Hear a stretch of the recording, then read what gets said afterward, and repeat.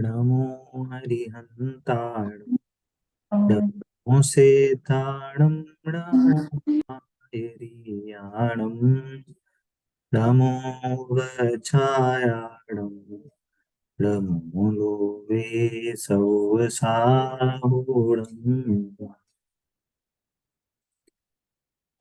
हमारे मंगल शासन वन का आखिरी चैप्टर 12 भावना, इस पे हमारी चर्चा चल रही थी। इसमें हमने स्टार्टिंग में 12 भावना का क्या मीनिंग है इसका समझा था, और कुछ भावनाओं का हमने मीनिंग समझ लिया था, है ना। तो जो स्टार्टिंग में भावनाएं बताई गई हैं, इनका शॉर्ट में इसका क्या मीनिंग है,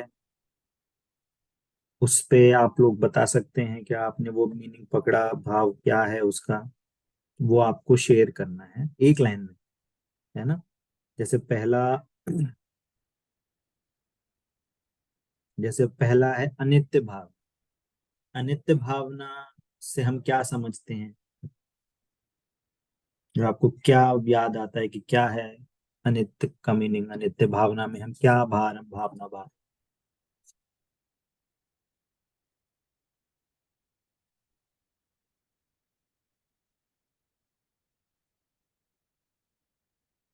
बताइए बताइए।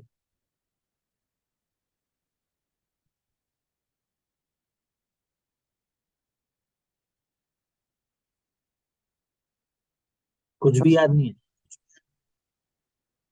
नहीं भैया जी, मैंने तो देखा भी नहीं है क्या चैप्टर वगैरह कुछ भी। अच्छा चलिए ठीक है, अमिता जी आप बताइए, आपने तो क्लास अटेंड करी थी। हाँ, मैंने ठीक है, कुछ नहीं देखा। नहीं भैया, मेरी तो बीच बीच में मेरी भी क्लासेस मिस थी और थोड़ा तो सा फिर इधर। रिवीजन कराएं क्या, कि छोड़ दें? हाँ कि ना। हाँ, देखो फिर से क्लास करा तो दीजिए। आपको पढ़नी है, जो मिस हुई वो तो आपको क्लास समझना ही पड़ेगा। मैं या तो इसको हाँ स्किप हाँ। या फिर इनका मीनिंग समझा सकता हूँ, तो उसमें पूरा टाइम निकल जाएगा। ठीक है, तो अभी मैं इनका स्किप कर रहा हूँ आपको, क्योंकि अगर मैं बताऊंगा तो फिर आप क्लास, पुरानी क्लास आप अटेंड नहीं करोगे उसको। ठीक है, तो हमारा ठीक। डिस्कशन अन्यत्व भावना तक हो गया था। मैं आपको मोटा मोटा भाव समझा। भावनाओं में हमें जो भी चीज बताई जा रही है। हेलो, हाँ अमिता जी, हम्म। बोल रहे हैं आप?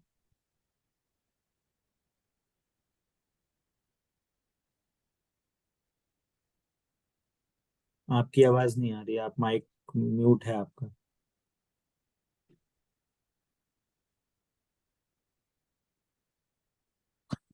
ठीक है चलिए, कोई दिक्कत नहीं। भावनाएं देखो, भावनाओं का स्वरूप ये है कि जिन जिन चीजों से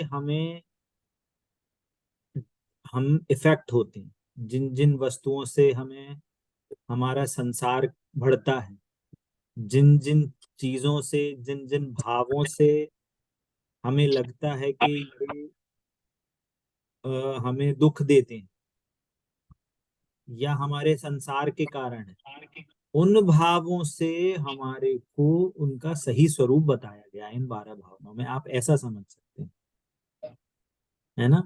कि हम समझते हैं कि हम सारी चीज नित्य रहे, हमारे सब चीज हमारे साथ रहे, पर सब तो अनित्य है। सब चाहते हैं कि हाँ, ये हमारे लिए शरणभूत है, हमारे लिए दवाई शरणभूत है, हॉस्पिटल शरणभूत है ना, ये सब चीजें हम मानते हैं, पर वास्तव में वो तो है नहीं, है ना। हमारा ये संसार क्या है, संसार किस चीज को संसार कहते हैं, और संसार कैसे मिटेगा, है ना। एकत्व क्या है, हम्म। हमारा एकत्व किससे, एकत्व मतलब हम हमारा रिलेशन किससे है, बाहरी संसार से, घर परिवार से हमारा रिलेशन है, कि शरीर से हम्म। हमारा रिलेशन है ना। अन्यत्व, अरे। अन्यत्व मीन्स सारी चीजों से हमें अन्यत्व है, हमारा किसी से रिलेशन ही है। एकत्व अन्यत्व, ये एक ही सिक्के के दो पहलू हैं, है ना। तो ये भावनाएं है ना। अब छठी भावना आ रही है अशुचि हम्म। भाव। अशुचि भावना में क्या बोल रहे हैं? निर्मल अपना आत्मा देह अपावन, जानी भव्य निज भाव को यासो तजोसनी। मीनिंग ये जो देह है ये सबसे अपावन वस्तु है।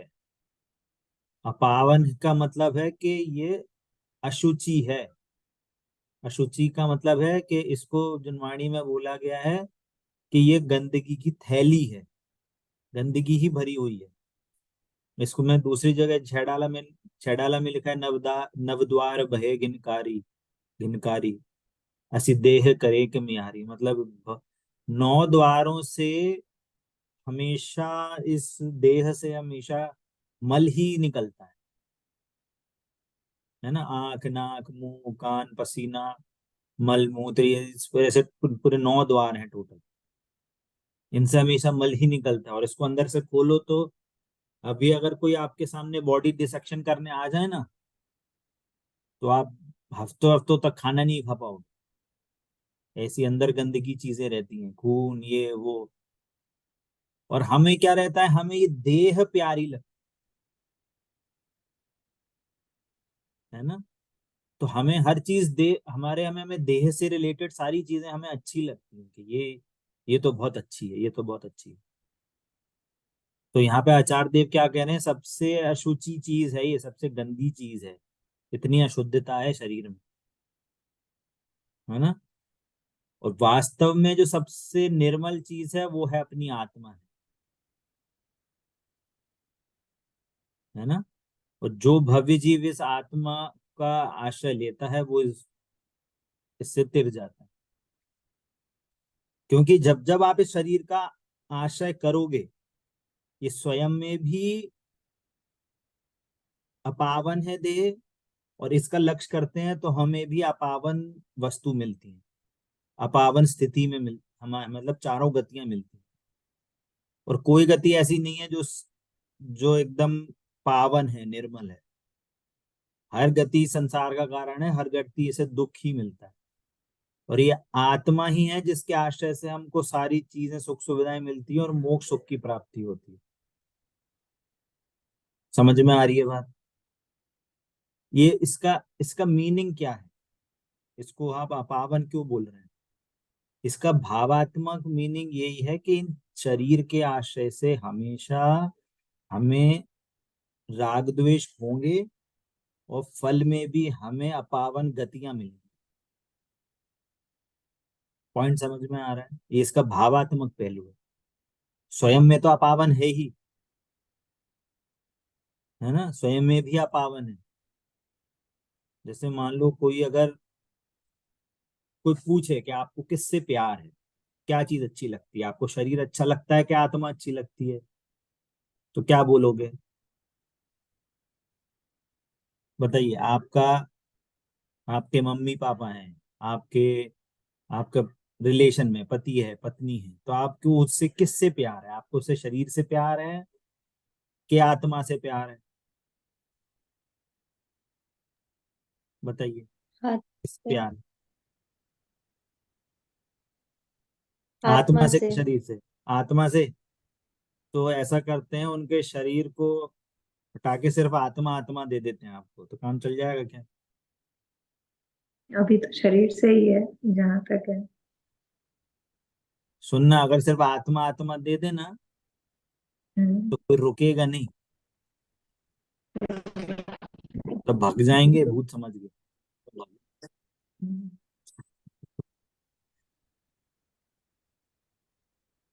और अगर आप बोलो कि नहीं हमें शरीर से प्यार है, तो फिर मान मतलब एग्जाम्पल की समझ लेना है ना। मान लो आपके जो भी पति हो, पत्नी है, जिसका भी कोई रिलेशन में, मान लो वो उसकी आत्मा निकल जाए, तो देह कितनी देर रखोगे घर में?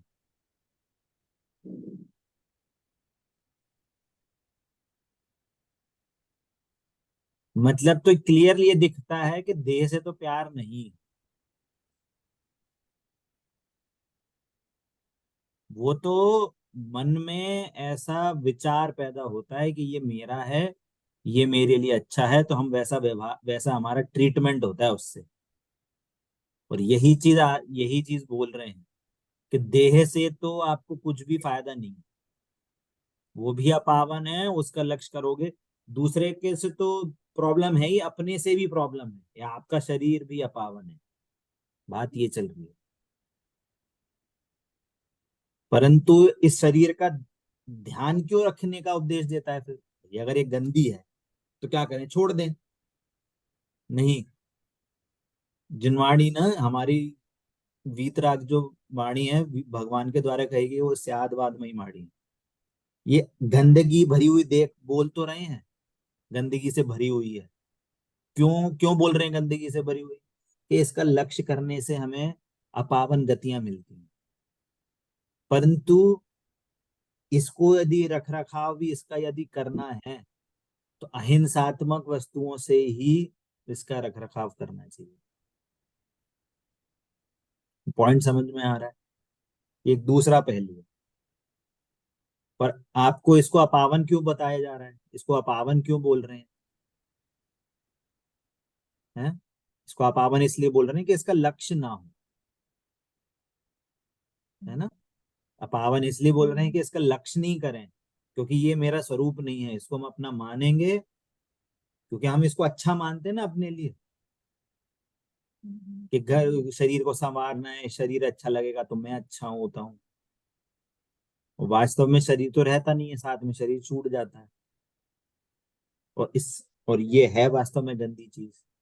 वो लक्ष्य छुड़ाने के लिए इसको गंदा बोला जाए, है ना। जैसे मान लो बच्चा हो अगर कोई, है ना, तो बच्चे के पास मान लो कोई नुकीली चीज हो, तो अपन क्या बोलते हैं? ची ची ची, गंदी चीज छोड़ो।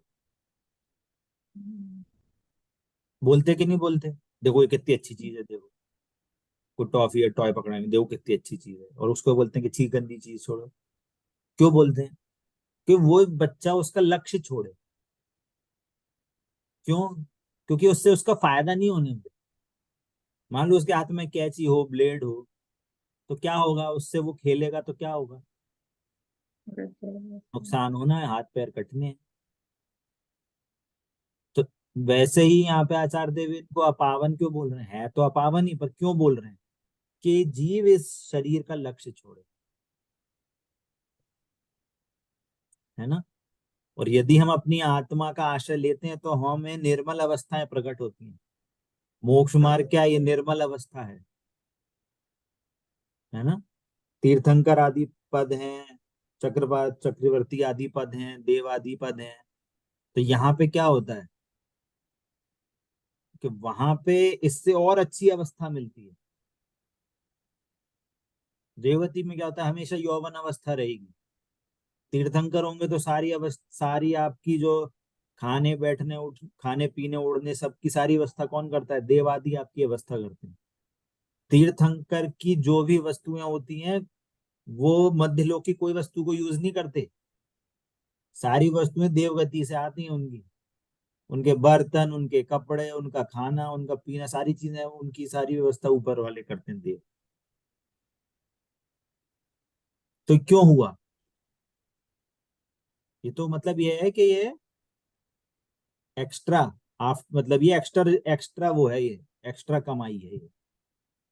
तीर्थंकर आदिपद, चक्रवर्ती आदिपद, है ना, 6 खंड के अधिपति हैं, इतने 1096 हजार रानियां हैं, इतने घोड़े हैं, इतने हाथी हैं। ये क्यों, कैसे मिले? क्यों? क्योंकि आप उन्होंने आत्मा का आश्रय लिया। बिना आत्मा के आश्रय से इतनी सारी वस्तुएं नहीं मिलेंगी, है ना। तो ये तो एक लोभ वृत्ति लोगों में होती है, तो उसको जता के उपदेश ये दिया जाता है कि आप आत्मा का आश्रय करो।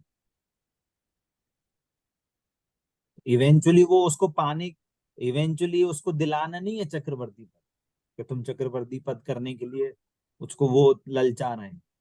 वो तो ये करना है कि आप आत्मा का आश्रय लो। अगर यदि कोई वास्तव में मोक्ष मार्ग में आगे बढ़ जाएगा तो उसको मिले नहीं मिले उसको कुछ फर्क नहीं पड़ता। क्यों? क्योंकि उसको आत्मा का आश्रय हो गया, उसको असली आनंद मिल गया। तो फिर वो उसके लिए एफर्ट करेगा। बीच में कहीं मिल जाए, चक्रवर्ती आदि पद मिल जाए, देवगति मिल जाए तो मिल जाए, है ना। तो वो तो उसके लिए क्या है, स्टेशन जैसा है। दिल्ली जा रहे हैं तो बीच में आगरा मथुरा आ गया, कुछ देर के लिए रुक गए, तो अच्छी अवस्थाएं मिल गई बीच में। मेन नेम क्या है, वो तो दिल्ली जाना है। तो वहां पे बीच में पड़ जाए तो उसको कोई अंतर नहीं पड़ता। समझ में आई बात, है ना? तो ये है अशुचि भाव। अब देखना, जो भी भावना यहाँ पे हो रही है, तो हमें ये नहीं सोचना, जैसे अशुचि भाव ने तो क्या बोलेंगे, अरे ये तो देह निर्मल है, इसका आश्रय नहीं लो, इससे दुख होता है। ये तो ठीक है, समझ में आ गया। पर हमारे भाव अशुचि नहीं हो, हमें अपावन गतियां नहीं मिले, ये भी ध्यान में रखना। हमें इनमें सब में क्या है, 12 प्रॉब्लम बताई गई है। ये 12 प्रॉब्लम्स हैं संसार के कारण। क्या? अशरण, अनित्य, संसार, एकत्व, अन्यत्व, अशुचि। हम क्या मानते हैं कि हमारा एकत्व किससे है, बाहर की चीजों से है। हम समझते हैं हमारा संसार क्या है, ये 4 गति संसार है। आचार्य बोल रहे हैं 4 गति संसार नहीं है, आपके अंदर जो मोह राग द्वेष भाव है वो संसार है। तो अब क्वेश्चन आपको उठना चाहिए कि ये प्रॉब्लम बताई, तो उसका सॉल्यूशन भी आपको पता होना चाहिए। इवेंचुअली हमारा एम, हमें सॉल्यूशन को पकड़ने का होना चाहिए। जैसे हमने बोला ये अशुचि है संसार, ये शरीर अशुचि है, इससे हमें अपावन गतियों में घूमना पड़ेगा, हमें दुख मिलेगा इसका यदि हम आश्रय करेंगे। तो हम उसका फिर आपको क्वेश्चन उठेगा कि फिर हम किसका आश्रय करें, या किससे हमें निर्मलता प्रकट होगी, है ना? तो आचार्य देव कह रहे हैं कि आत्मा निर्मल है, सदा निर्मल है। चाहे नरक गति में हो, चाहे तिरंज गति में, चाहे मनुष्य गति में, चाहे देव गति में, किसी भी अवस्था में हो, आपकी शुद्ध आत्मा हमेशा उसकी अवस्था निर्मल रहती है। उसमें कोई घटता बढ़ता कुछ नहीं है, उसमें बिगाड़ सुधार कुछ नहीं होता। आप यदि अपनी आत्मा का आश्रय लेंगे तो आप में भी निर्मलता प्रकट होगी, और कदाचित आपको चक्रवर्ती तीर्थंकर आदि पद मिल जाते हैं, तो वो एक्स्ट्रा है। और वास्तव में एम तो हमारा मोक्ष जाने का है, वहां पे जाके हमारी आत्मा पूर्ण शुद्ध निर्मल हो जाए, है ना? अभी क्या है, हम अवस्था रूप में हमारी पर्याय अशुद्ध है, पर द्रव्य तो सदा शुद्ध है। हमारे अनंत गुण तो हमें हमारे सदा शुद्ध हैं।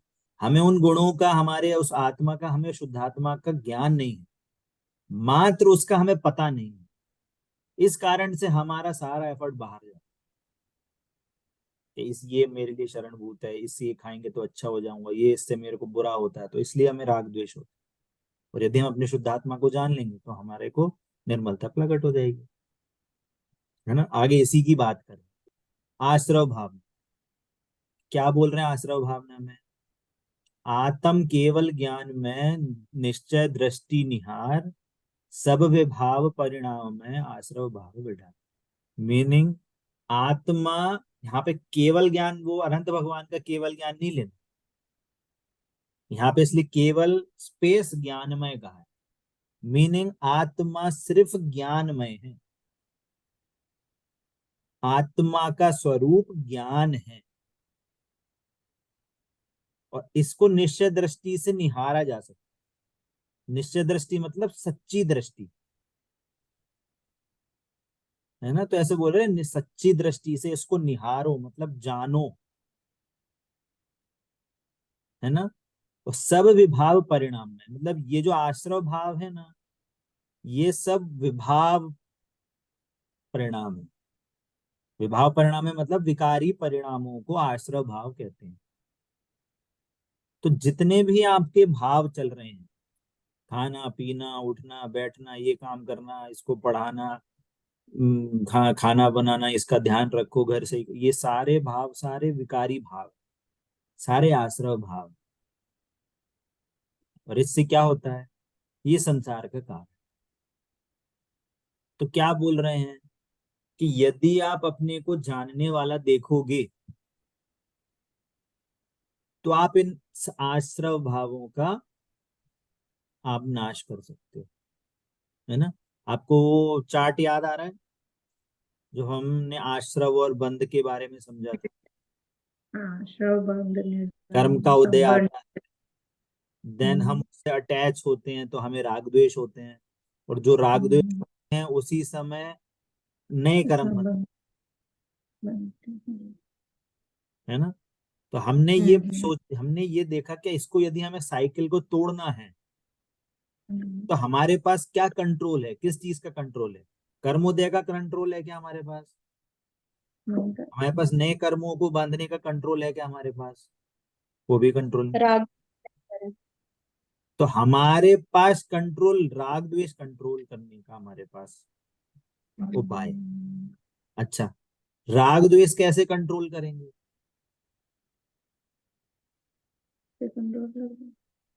राग द्वेष, हम आपसे बोल रहे हैं आपको 1 घंटा गुस्सा नहीं करना, आप रोक सकते हो क्या? बिल्कुल, कोई भी कंडीशन हो आपको गुस्सा नहीं करना, आप कर सकते हो क्या? हाँ कि ना? कर तो अ, सकते हैं, लेकिन उस सिचुएशन हो क्या हो, शायद आ भी जाए, नहीं भी आए। हाँ, तो फिर कंट्रोल थोड़ी हुआ। हम्म, हाँ मिता जी, आप क्या कर बोल? अ, तो सकते हैं, करना चाहिए। ये जाने कि मैं जीव हूँ और सामने वाला भी जीव है। हाँ नहीं, बात तो सही बोली। हम आपको एक और चीज टॉपिक याद होगा कि हमें जैसे हमने ये देखा था कि रोशनी, अंधेरे का प्रतिपक्षी क्या है? रोशनी। अंधेरा भगाने के लिए हमें अंधेरे में कुछ नहीं करना, उसका जो प्रतिपक्षी है हम वहां एफर्ट रखें कि लाइट कहाँ से ऑन हुई। सही है। गरीबी हटाना कोई वो नहीं है कि गरीबी को पकड़ के हटाना पड़ेगा आपको। समझ में आ रही है बात? सही हमें है। अब लोगों को बिजनेस देने का, नौकरी करने का उपाय बता। वैसे ही यदि हमें राग द्वेष कम करने हैं तो हमें राग द्वेष का जो कारण है अज्ञानता, मोह, हमें अपना मोह हटाने का उद्यम करना है। हमको, हमें अपनी अज्ञानता हटाने का उद्यम करना है। राग द्वेष आप कंट्रोल नहीं कर सकते, क्यों? क्योंकि राग द्वेष किसी चीज का रिजल्ट, हम्म। किसका रिजल्ट है? अज्ञानता का रिजल्ट। आप अज्ञानता सही नहीं करो, जैसे अभी उन्होंने बोला कि हम अपने आप को आत्मा जाने और सामने वाले को भी आत्मा जाने, सही उत्तर है, उसको मना ही नहीं है। पर क्यों, वो उसका फैक्टर क्यों है? हम अपने आप को आत्मा क्यों जाने? क्यों? क्योंकि उससे हमारी अज्ञानता दूर हो, और यदि हमारी अज्ञानता दूर होगी तो हमें राग द्वेष नहीं होंगे, है ना?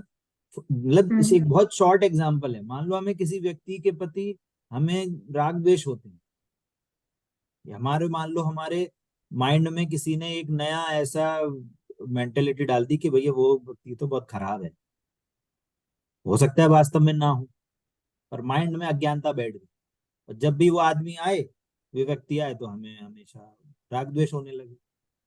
तो किसी ने कहा अरे वो ऐसा आदमी नहीं है, आपको देखो, ये देखो, ये सारी चीजें देखो, आप प्रूफ दे दे कि देखो इसने कोई धोखेबाजी नहीं करी, कोई धांधलेबाजी नहीं करी, आप आपको किसी ने गलत इंफॉर्मेशन दी।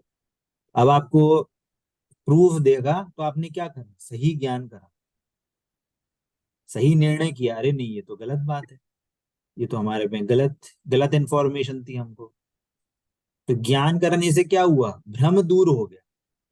अब वो भ्रम दूर हुआ तो क्या होगा? वो राग द्वेष होगा उसके प्रति, गुस्सा आएगा क्या उस व्यक्ति के प्रति? नहीं आएगा। तो आपने राग द्वेष को कम करने के लिए एफर्ट लगाए कि सच्चा ज्ञान करने के लिए एफर्ट लगाए? संदेश काम करने के लिए। नहीं आई समझ में? उस व्यक्ति को उससे गुस्सा नहीं करो, या आपने इसके लिए एफर्ट लगाया कि उस व्यक्ति का सही स्वभाव क्या है, उसको जानने में आपने एफर्ट लगाया। सही स्वभाव जाने। हाँ, सही स्वभाव जानने में। उसका, उस चीज का आपने निर्णय किया है।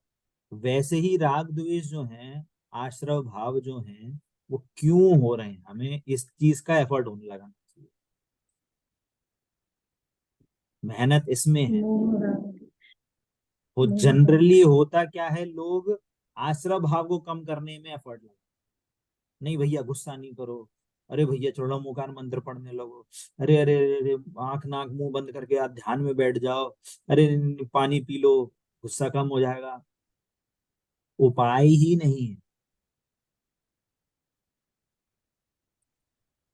अंधेरे को कौन से बकेट या कौन सा नया टाइप की रस्सी लेके आए जो इसको खींच के पकड़ के बाहर निकालें?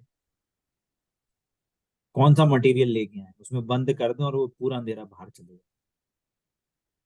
कोई है ही नहीं हो पाए। सिंपल सा है सॉल्यूशन, बस एक लाइट जो है उसका बटन दबा दो। वैसे ही राग द्वेष कम करने हैं तो हमें उसका प्रतिपक्षी जो सम्यक ज्ञान है, सही निर्णय है, उस पे हमें एफर्ट लगाना है। तो वैसे ही यहाँ पे क्या बोल रहे हैं? आत्मा सिर्फ ज्ञान में है, आत्मा जानता है, इसका निश्चय करो। परंतु हम क्या समझते हैं कि हम कुछ कर सकते हैं, हम बच्चे को पाल सकते हैं, हम घर को संभालते हैं, हम खाना बनाते हैं। तो आत्मा बनाता है क्या खाना? वो बच्चे को आप बड़ा कर रहे हो क्या? घर आप संभाल रहे हो क्या? मान लो आप अपने घर को अपने घर से, एक एग्जांपल, आप अपने घर से अपने आप को माइनस कर लो, आपका घर चलेगा कि नहीं चलेगा? बच्चे बड़े होंगे कि नहीं होंगे? चलेगा। हाँ, सब काम होंगे। सब काम होंगे। आपकी जगह कोई कोई रिलेटिव आ जाएगा, नहीं तो कोई हम्म। घर में काम करने के लिए बाई लग जाएगी।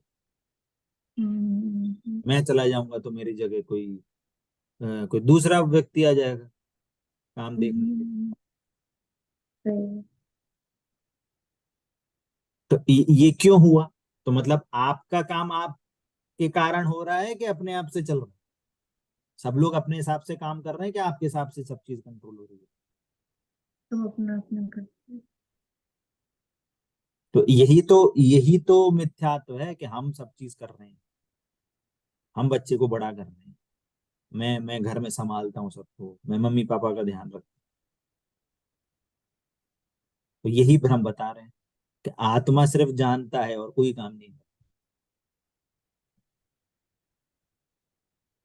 और ये ही विभाव परिणाम है। इस विभाव परिणाम को हटाने के लिए, नाश करने के लिए आपको सिर्फ आत्मा को जानना है। आत्मा को जानेंगे तो हमें पता चलेगा मेरा स्वरूप क्या है। तो मेरा स्वरूप, बाहर से मेरा कोई रिलेशन नहीं।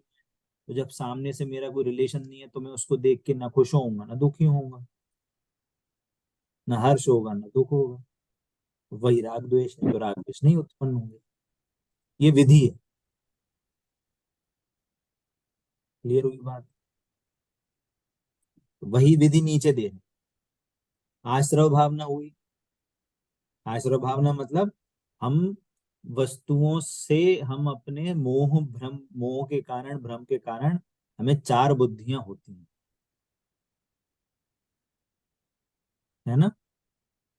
तो वो तो हम्म। हुई आश्रव भावना। विकारी भाव हुए तो वो हुई आश्रव भावना। संवर भावना हम्म। क्या है? कि अब आश्रव भावना में क्या बोला? निश्चय दृष्टि निहार, सच्ची दृष्टि से अपने को निहार। तो जब अपने को निहारा, कैसे निहारा? कि निज स्वरूप में लीनता निश्चय संवर जानी। अपने आत्म स्वरूप की लीनता होती है तो संवर होता है। आत्म स्वरूप में लीनता मतलब आत्म स्वरूप का सच्चा ज्ञान, उसका सच्चा निर्णय और उसमें उतनी लीनता। लीनता मतलब आनंद, है ना? सच्चा ज्ञान हम्म। मतलब सम्यक ज्ञान, सच्चा निर्णय मतलब सम्यक दर्शन, और आनंद हुआ, निश्चिंता प्रकट हुई। क्या? कि शरीर के मरने से मैं नहीं मरता, भय दूर हो गया। तो क्या हुआ? कि वो दुख उत्पन्न नहीं हुआ। दुख उत्पन्न नहीं हुआ मतलब आनंद प्रकट।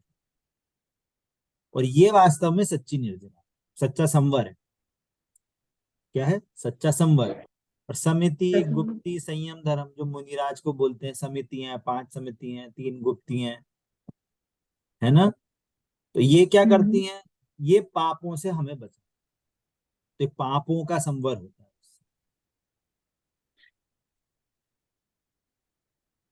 वास्तव में संवर क्या है? आत्मा का, आत्मा में लीनता। लीनता में तीनों दर्शन ज्ञान चारित्र।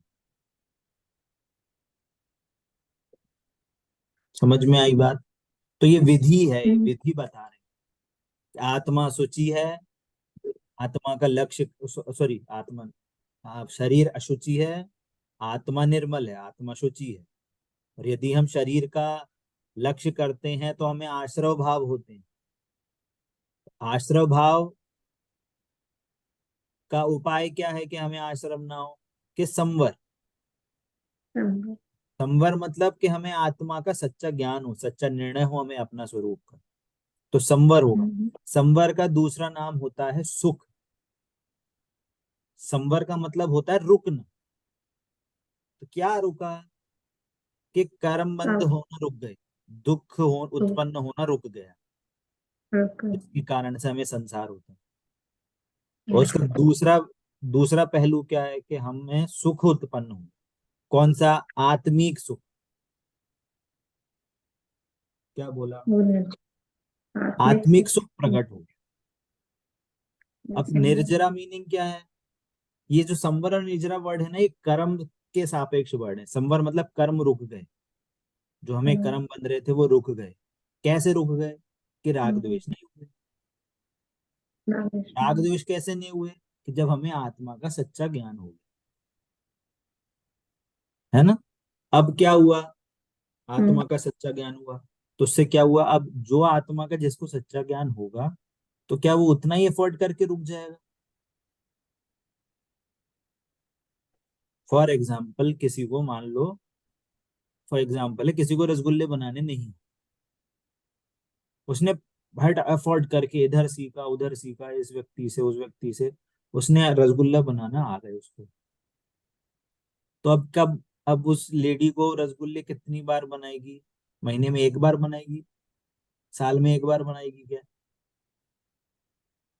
साल में एक बार बनाएगी, फिर कभी नहीं बनाएगी। ऐसा करेगी क्या? अरे जल्दी जल्दी बनाएगी। क्यों? उसमें आनंद आ रहा है उसको। मीनिंग कि अब जो जिस जीव ने आत्मा का श्रद्धान किया, उसको आत्मिक सुख प्रकट हुआ, तो एफर्ट करेगा कि मेरे को वो सुख बार बार प्रकट हो, बार बार मैं उसका आस्वादन कर सकूं, बार बार वो फीलिंग, जो आत्मिक सुख की फीलिंग है, वो मुझको बार बार मिले। समझ में आ रही बात? उसका वो चीज होती है निर्जर। मतलब जो सुख उत्पन्न हुआ था, उस सुख की वृद्धि हो गई, है ना। मान लो कोई व्यक्ति था, वो बड़ा दुखी रहता था, किसी ने बोला कि अरे क्यों ज्यादा टेंशन मत लो, मंदिर आया, मंदिर में पूजा प्रक्षाल किया करो। तो मंदिर आया, पूजा करी, प्रक्षाल करा, स्वाध्याय सुना, तो उसको क्या मिला? थोड़ी मन में उसको शांति मिली। तो क्या करता था पहले वो? महीने महीने में एक बार आ जाता। अब उसको अच्छा लगने लगा, तो अब वो क्या करेगा? हर सैटरडे संडे आने लगा। हर सैटरडे संडे आने लगा, अब उसको लगा कह रहे अब हर सैटरडे संडे आ रहे हैं, तो एटलीस्ट डेली ही आ जाएं। तो ये एफर्ट क्यों हुआ उसका?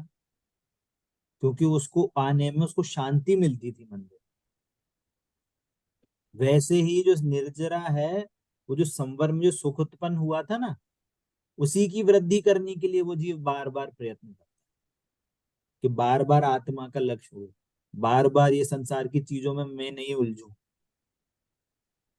बार बार मेरे को आत्मा का लक्ष्य करने का उपाय मिले। तो क्या बोल रहे हैं? संवरमय है आत्मा। आत्मा वास्तव में स्वरूप से ही संवरमय है, मतलब आत्मा में कर्म है ही नहीं।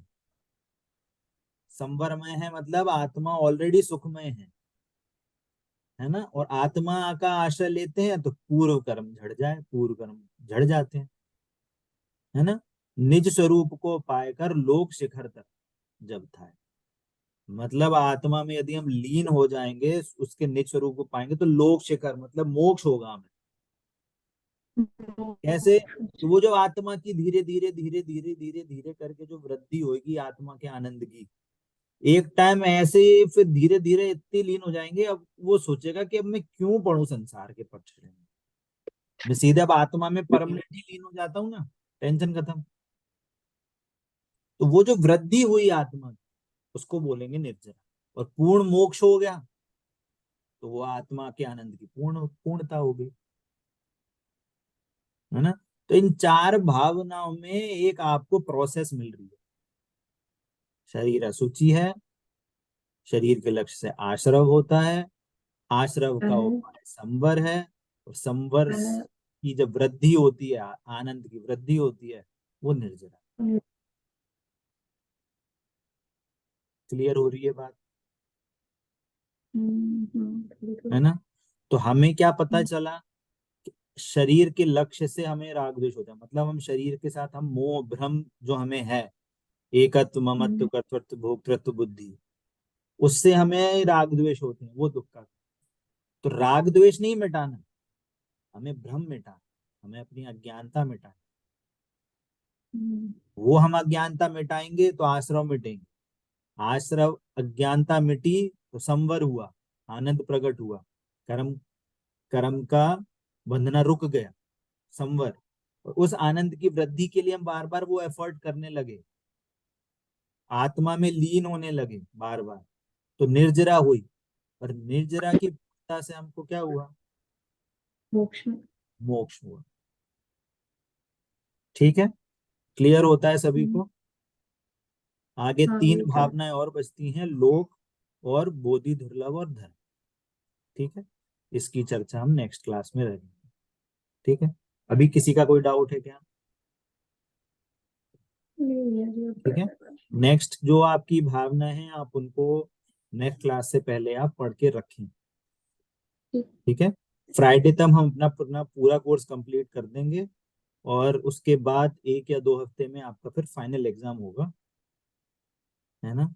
बीच में हम एग्जाम नहीं ले पाए, इसलिए हो सकता है ये नेक्स्ट एग्जाम जो हो वो थोड़ा लेंथी भी, तो उसके हिसाब से हम टाइम भी ज्यादा रख लेंगे, देख लेंगे। ठीक। ठीक है? चलिए, अभी किसी को कोई डाउट? नहीं मिला। चलिए ठीक है, तो क्लास हम यहीं रोकते हैं। जिन वाणी के ज्ञान से सूझे लोकालोक, सो वाणी मस्तक नमो सदा देता हूँ। बोले तो अच्छा में जिन वाणी माता की जय हो, जय हो, जय हो। अहिंसा में जैन धर्म की जय हो, जय जिनेन्द्र सभी को। ठीक।